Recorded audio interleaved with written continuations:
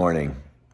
I just take a second to express my gratitude to the snow and to the land and to abundance, and just feeling grateful that I have people I love and that they love me, and I have a mission in life, and I'm just really grateful. And I wanted to share with you guys today the story of my 30th elk with a bow, because it's kind of a fun story. You know, there's this assumption that is made that when you do something as many times and work as hard as I have over a lifetime to do what I did in killing that many elk with a bow, that you're like super good at it. And it's really fun that God got to teach me how still susceptible I am to what I would call rookie stuff. And in fact, I often tell people it's not that I'm not susceptible to making bad decisions in the moment because I'm too excited or whatever, because I still do. Luckily, I make really good decisions amongst inflated, heavy-duty adrenaline, emotions, all those different things. It seems like my body is trained to make the right decision because my brain isn't capable of that sometimes. So what happened, it was pretty cool. We were working a really big bull, and he was up in the timber, and he wasn't coming. He had a bunch of cows, and he wasn't interested, and none of his satellites were either. I had actually spooked a cow a bit on the approach, and I think we were dealing with kind of a nervous cow in the herd that was kind of making everybody else nervous. I spooked her, but super light, and she moved up into the herd. And so anyway, we kind of got, I was within, I think, 90 or 100, still too far. And the herd kind of, you could see, got prancy-footed and headed off. And then what happened was I saw that as it was going, there was a satellite bull that was a decent bull. He was a big, solid 5x5, and you could see he was torn in whether he should follow the herd or kind of like gather me up. It was kind of an interesting thing. He kept looking back, and he couldn't see me, but I could see him. But he was hearing our calling and lots of cow calls mixed in. So I think he was thinking there was a cow that was getting left, behind. And so he headed out.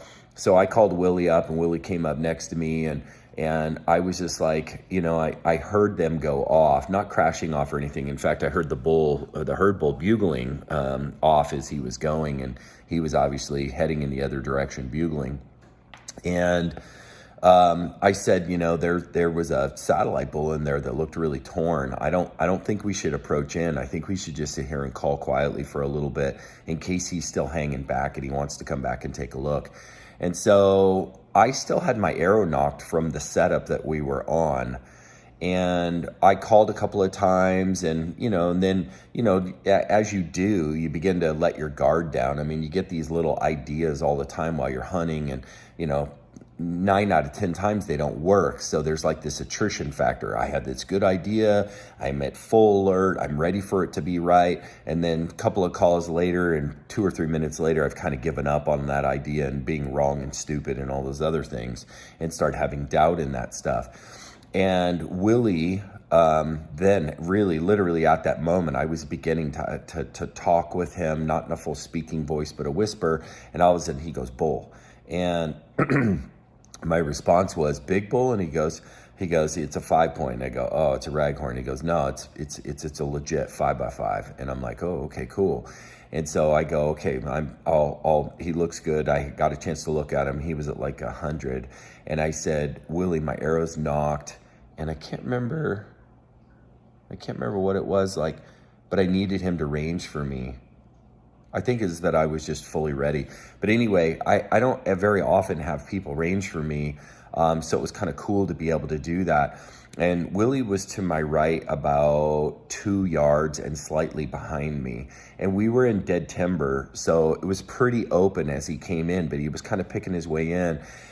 And he was really, really looking for that cow that had made that noise. He came in super like curious and wondering where that cow was as he got closer and closer. I remember he called ranges as it was coming in, 54, 48, 46. And at like 45, because he still was quartering towards, I came to full draw.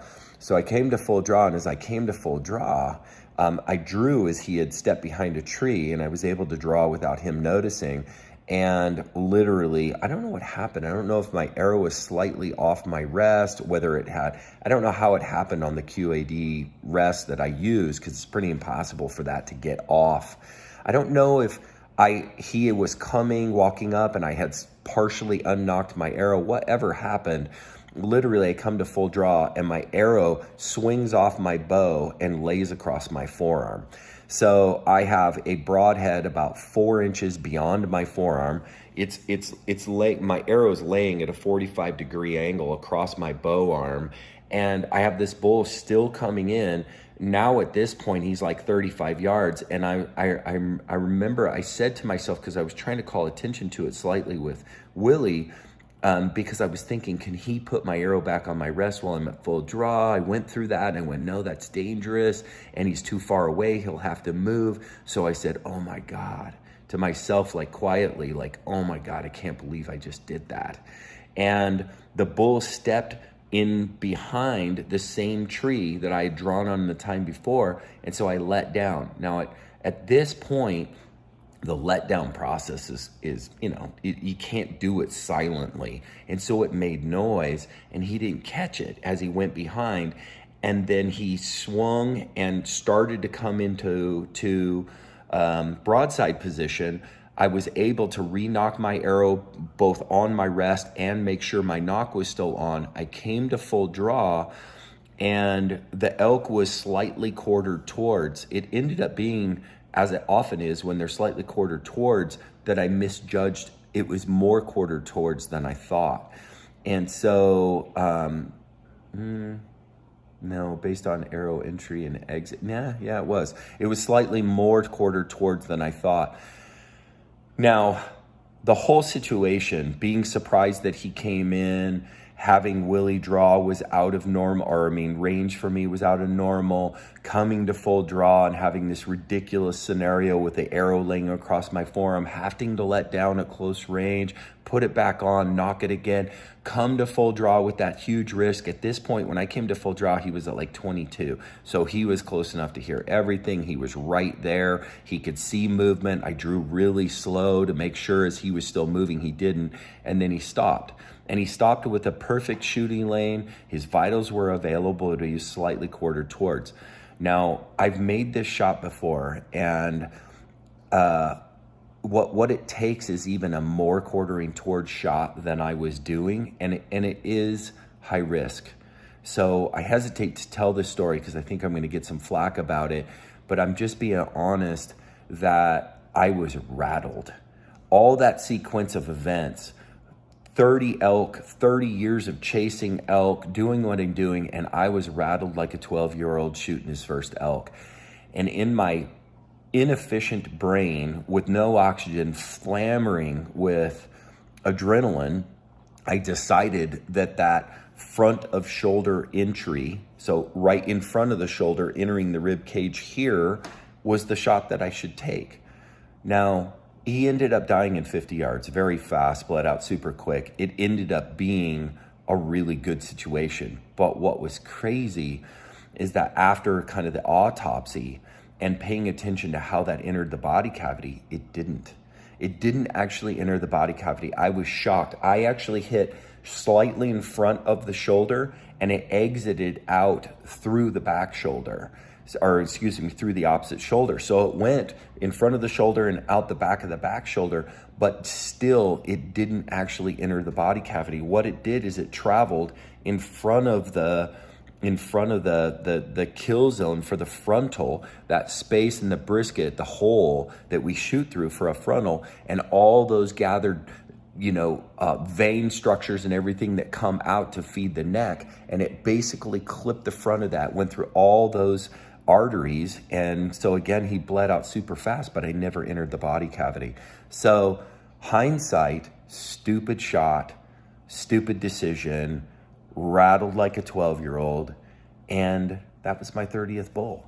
Did I feel super stoked about it? I did. Did I learn something from it? I did.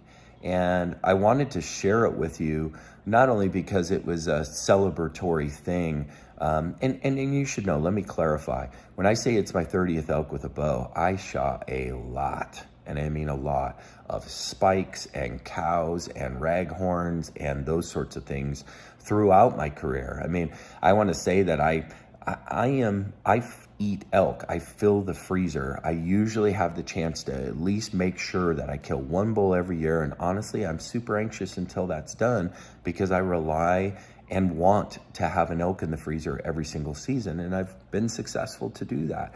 I've had a couple of seasons where I've been lucky enough to kill a couple of bulls.